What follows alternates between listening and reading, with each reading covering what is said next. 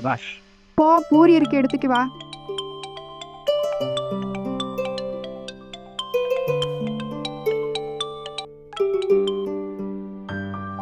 சொல்லுங்க. ஹலோ சம்பந்தி, நான் விபூதிநாத் சென் பேசுறேன். சொல்லுங்க சொல்லுங்க சம்பந்தி, சொல்லுங்க சொல்லுங்க. நாங்க உங்க போனுக்கு தாங்க எதிர்பார்த்துட்டு இருந்தோம். உங்க குடும்பம் ரொம்ப நல்ல குடும்பம், அப்புறம் மாப்பிள்ளையும் நல்லா இருக்கிறாரு. நீங்க எங்க பொண்ணை பார்க்க வந்ததுக்கு நாங்க கொடுத்து வச்சிருக்கணுங்க. சரி, இப்ப விஷயத்துக்கு வரேன். சொல்லுங்க. எங்களுக்கு உங்க பொண்ணு ஓரளவுக்கு பிடிச்சிருக்கு.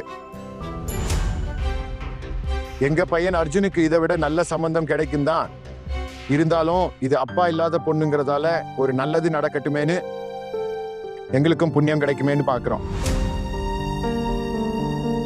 அதனால நாங்க என்ன நினைக்கிறோம்னா, எங்க பையன் அர்ஜுனுக்கு உங்க பொண்ணை கல்யாணம் பண்ணி வைக்க சம்மதிக்கிறோம்.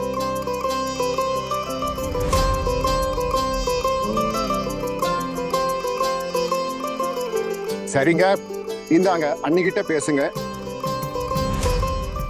வணக்கம் சம்பந்தி. கொழுந்தனாரு உங்ககிட்ட எல்லா விஷயத்தையும் சொல்லி இருப்பாரு. ஆமாங்க. ஆனா நான் இப்ப சொல்ல போற விஷயத்த கொஞ்சம் கவனமா கேளுங்க. சரிங்க, சொல்லுங்க. நிச்சயதார்த்தமும் கல்யாணமும் ஒரே நாள்ல தான் நடக்கும். நல்ல காரியத்துக்கு ஏன் தாமதம்? நான் என்ன சொல்றேன்னா, அடுத்த மாசம் 5ஆம் தேதி ஒரு நல்ல முகூர்த்தம் இருக்கு. உங்களுக்கு சம்மதம்னா அன்னைக்கே கல்யாணத்துக்கு ஏற்பாடு பண்ணிடலாம்.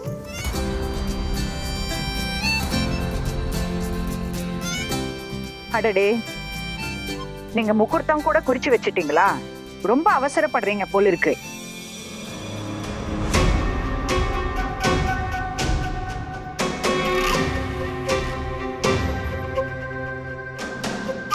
சரிங்க, 5ஆம் தேதியே முடிவு பண்ணிக்கோங்க.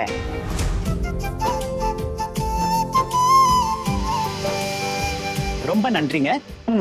ஒரு விஷயம் கேளுங்க. சொல்லுங்க. பொண்ணுக்கு கொஞ்சம் மரியாதை கத்து கொடுங்க. பெரியவங்களை எதிர்த்து பேசுறது நல்லதில்லைன்னு அவகிட்ட சொல்லுங்க.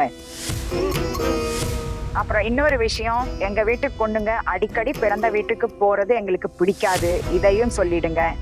இல்ல இல்ல இல்ல, நிச்சயமா இல்ல. அப்புறம் 3வது விஷயம், நாங்க என்ன சொல்றோமோ எப்படி சொல்றோமோ அதை கேட்டு இங்க நடந்துக்கணும். இந்த குடும்பத்துல இப்படித்தான் நடக்கும். ஞாபகம் இருக்குமா? நிச்சயமா நிச்சயமா ஞாபகம் இருக்கும் சம்பந்தி அம்மா. வணக்கம்.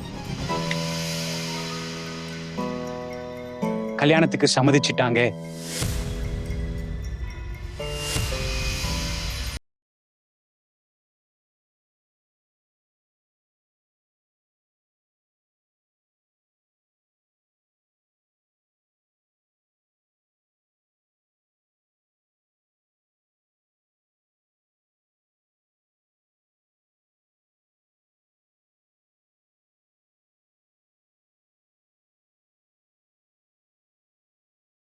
फिर और क्या चाहिए?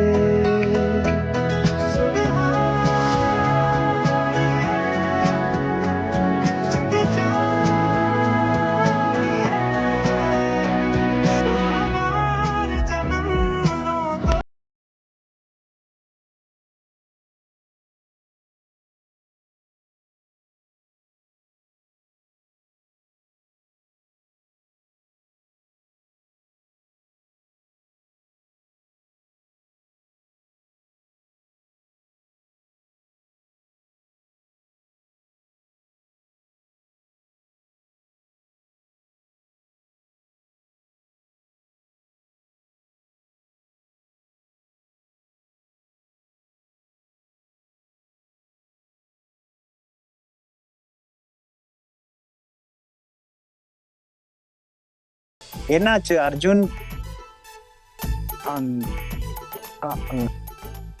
ஒன்றும் இல்லையே. அது வந்து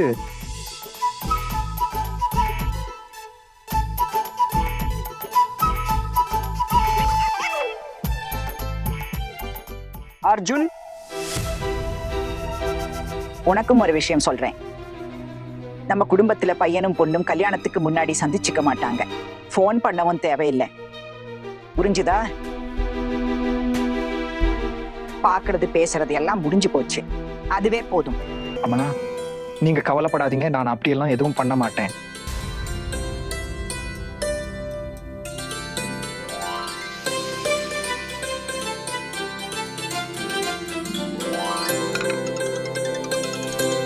யார் போன் அடிக்குது? பெரியம்மா என்னோடது. வேலை செய்யறப்ப எதுக்கு போனை தூக்கிட்டு வர? எப்பவும் இதே வேலை தான். போனு போனு போனு. யாருது? பாக்குறேன்.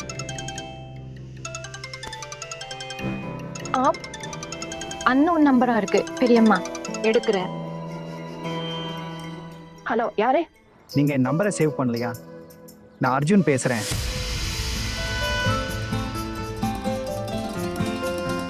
சொல்லுங்க. ஆஹானா, நீங்க இன்னைக்கு என்ன மீட் பண்ண முடியுமா?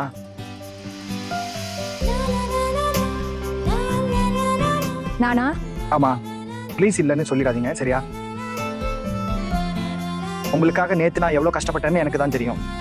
என்ன சொல்றீங்க? ஆமாங்க. எனிவே, அதை எப்போது உங்களை பார்க்கும்போது சொல்றேங்க. அம்மாவை சம்மதிக்க வைக்க நான் என்னெல்லாம் சொன்னேன்னு. நான் விரும்புறதெல்லாம் இன்னைக்கு நீங்க என்ன பார்க்க வரணும். இல்ல, என்னால பார்க்க வர முடியாது. நான் வர்றது கஷ்டம். ப்ளீஸ். அது வந்து ஆஹானா, நம்ம கல்யாணம் 5ஆம் தேதி முடிவாகி இருக்குன்னு உங்களுக்கு நல்லா தெரியும். அதுக்கு ஆஹானா கல்யாணத்துக்கு முன்னாடி ஒரு வாட்டி உங்களை பார்க்கணும்னு ஆசைப்படுறேன். அதுவும் நீங்க ரொம்ப தூரம் வர தேவையில்லை. அந்த பவானிபூர் பக்கத்துல ஒரு வளைவு இருக்குல்ல, அதுக்கு பக்கத்துல ஒரு பார்க் இருக்கு. அங்க உங்களுக்காக காத்துட்டு இருப்பேன். பாருங்க, நான் சொன்னேன்ல, அந்த நேரத்துல வீட்டை விட்டு வெளியே வர முடியாது. நான் வர்றது கஷ்டம். ஆஹானா, உங்களுக்கு எப்ப முடியுமோ அப்ப வாங்க.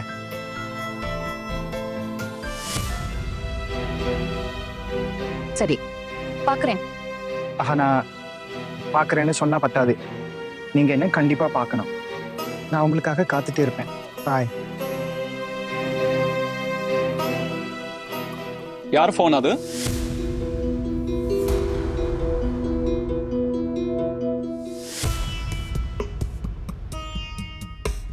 அது அண்ணா காலேஜ்ல இருந்து போன் வந்தது. இந்த காலேஜ் கீழேஜ் எல்லாத்தையும் மூட்டை கட்டி வை முதல்ல. சரிங்க பெரியப்பா. அது அட்மிட் கார்டு விஷயமா போன் வந்தது. உன் புகுந்த வீட்டுக்காரங்க உன்னை எக்ஸாம் எழுத விட போறது இல்ல. அப்புறம் எதுக்கு அட்மிட் கார்டு? இல்ல பெரியம்மா, அதாவது ஆக்சுவலா லைப்ரரி புக் என்கிட்ட இருக்கு. அதை திருப்பி கொடுக்கணும், இல்லைன்னா ஃபைன் போட்டுடுவாங்க. அப்ப நீ மறுபடியும் காலேஜுக்கு போகணும்னு சொல்ற. உனக்கு கல்யாணம் நிச்சயமாயிடுச்சு, புரியுதா? இப்ப கொஞ்சம் சுத்துறத குறைச்சிக்க. உன் மூஞ்சி எப்படி இருக்குதுன்னு பாரு. கல்யாணத்துக்கு முன்னாடி முகத்தை பொலிவா வச்சுக்கோ. சரி அண்ணி, இதுக்கப்புறம் நான் எங்கேயும் போக மாட்டேன். இப்ப போயிட்டு வந்துடுறேன், இல்லைன்னா ஃபைன் கட்ட வேண்டி வரும். இவளோட சாக்கு போக்கு தீரவே தீராது போலியே. ஆனாமா, வேணும்னா நான் அப்படி காலேஜ் புக்கை கொடுத்துட்டு வரவா? இல்லம்மா, என்னோட கையெழுத்து தேவைப்படும். ரொம்ப நேரம் ஆகாது, நான் சீக்கிரம் வந்துடுவேன். 1 மணி நேரத்துல வந்துடுவேன். சாப்பிட்டு போறேன், சீக்கிரம் வந்துடுறேன். ஆனா இதுதான் கடைசி முறை ஆனா. இதுக்கப்புறம் நான் எந்த காரணத்தையும் கேட்க மாட்டேன். அதுவும் இல்லாம மேற்கொண்டு படிக்க போறது இல்லைங்கிறப்போ காலேஜ் பக்கம் போகிறதையும் விட்டுடு. சரிம்மா, நான் சொன்னேன்ல இதுக்கப்புறம் எங்கேயும் போக மாட்டேன்னு. கல்யாண தேதி முடிவாயிடுச்சு. ஒரே விஷயத்த நான் திரும்ப திரும்ப சொல்ல விரும்பல. வெளியே போறதை நிறுத்து முதல்ல. சீக்கிரமா இந்த கல்யாணம் நடந்தா சரி.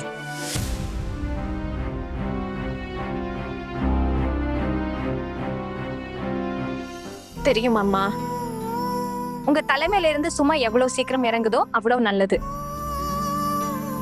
கவலைப்படாதீங்க, சும்மா இறங்கிடும். நான் போயிடுவேன். எவ்வளவு சீக்கிரம் முடியுமோ அவ்வளவு சீக்கிரம் அனுப்பி வைங்க. அப்புறம் அமைதியா இருங்க.